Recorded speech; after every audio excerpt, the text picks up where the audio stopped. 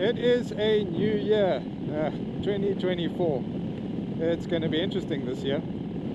But I've had this bike for close on a year now. I bought it at the beginning of last year, 2023, probably closer to March. So I've had it for about 12 minus 3, 9 months. I've spent roughly 200 hours on the bike. And just to be clear, when I bought the bike was in very good shape. Jay, the guy that sold it to me, was such a cool guy.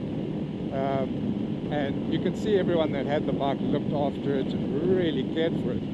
So all the stuff that I've done on the bike has been really my sort of nitpicking little fixes here and there. I mean, if you've watched some of my videos of my trains, you know how pedantic I am about sort of everything being mechanically sound.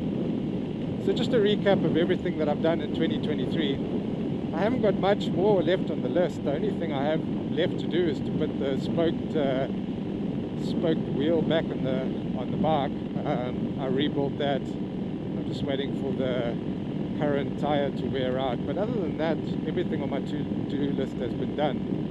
So just a recap of everything so far. The front of the bike, the wheel was trued up and the spokes were fixed up. The bearings. So all the mechanical stuff, the sort of maintenance stuff was done.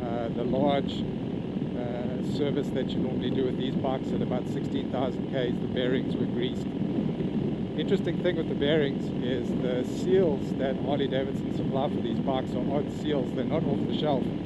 So I remachined the spacers for the bike and I replaced them with very common industrial seals. And then all the nuts that sort of had slightly corrosion or a little bit of corrosion on them, I machined these nice stainless steel caps, and they're in a few places around the bike.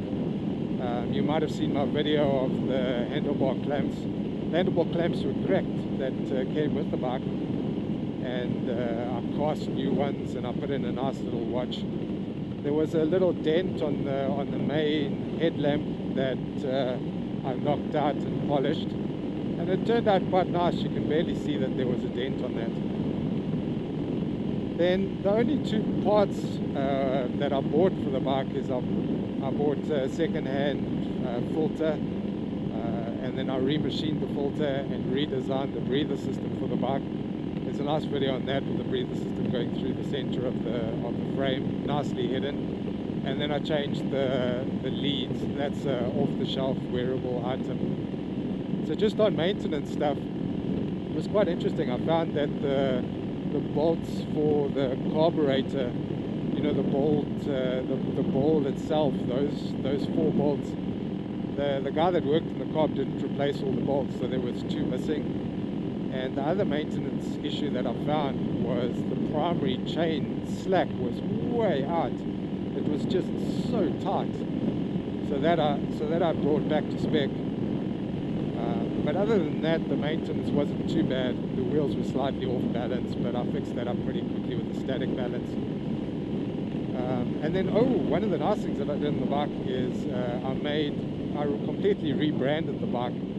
So the branding on the side of the tank, the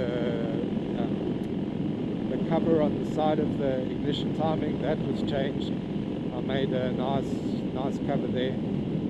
Incidentally, if you look at my speed now, I've got the Baker's gearbox on, so it's slightly off. So I've got a miles per hour speedometer. So you multiply that by 2 to get the k's per hour. And when I got the bike at 120 k's, which is about 60 miles an hour, the bike had a bit of a vibration on it. And now if I I'm doing 130 now. So the bike would have been vibrating quite badly now when I got it. With the modifications I've done to the wheels and the primary chain and stuff like that, and the brakes, this bike is so smooth at 120, 130 k's an hour. And of course my fuel consumption has gone up quite nicely. I mean, when I got the bike, the fuel consumption wasn't too great. It was about 14 k's per litre. And just by setting the carbs properly and sorting out the breather system and stuff like that, I'm sitting at about 17 k's consistent for everyday driving, and for long hauls I'm getting about 19 k's per hour on this bike, which is not bad for an Evo engine.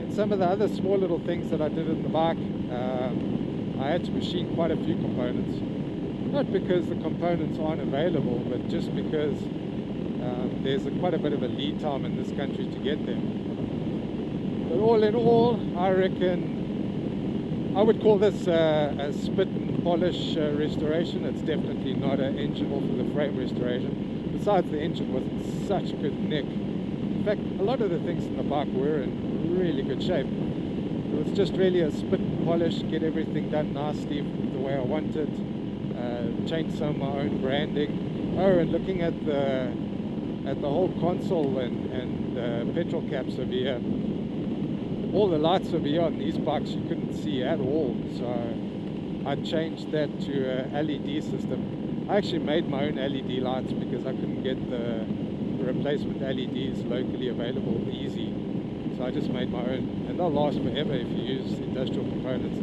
And then I redesigned the two valves inside these breather caps. If you want to have a look at that video, that works really, really well. So when I got the bike, I couldn't fill up the tanks at all.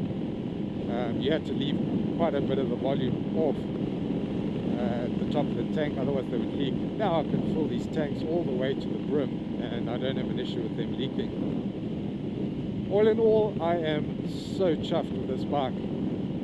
Oh, one last thing that I did do that actually took a bit of time, but it was well worth the effort, is you see now I haven't got the shield in the bike, and I also don't have the bags on the bike.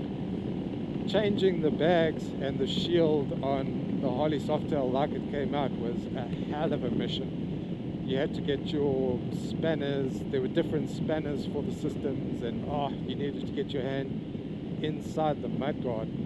So I redesigned everything, and everything comes off with exactly the same spanner. So I can put the shield on, put the bags on, and all sorts of stuff, and it's a quick job. So the whole bike can change very, very quickly and easy. Anyway, I'm at a toll gate. I need to pay for toll. That's a quick recap. Thanks for watching, guys.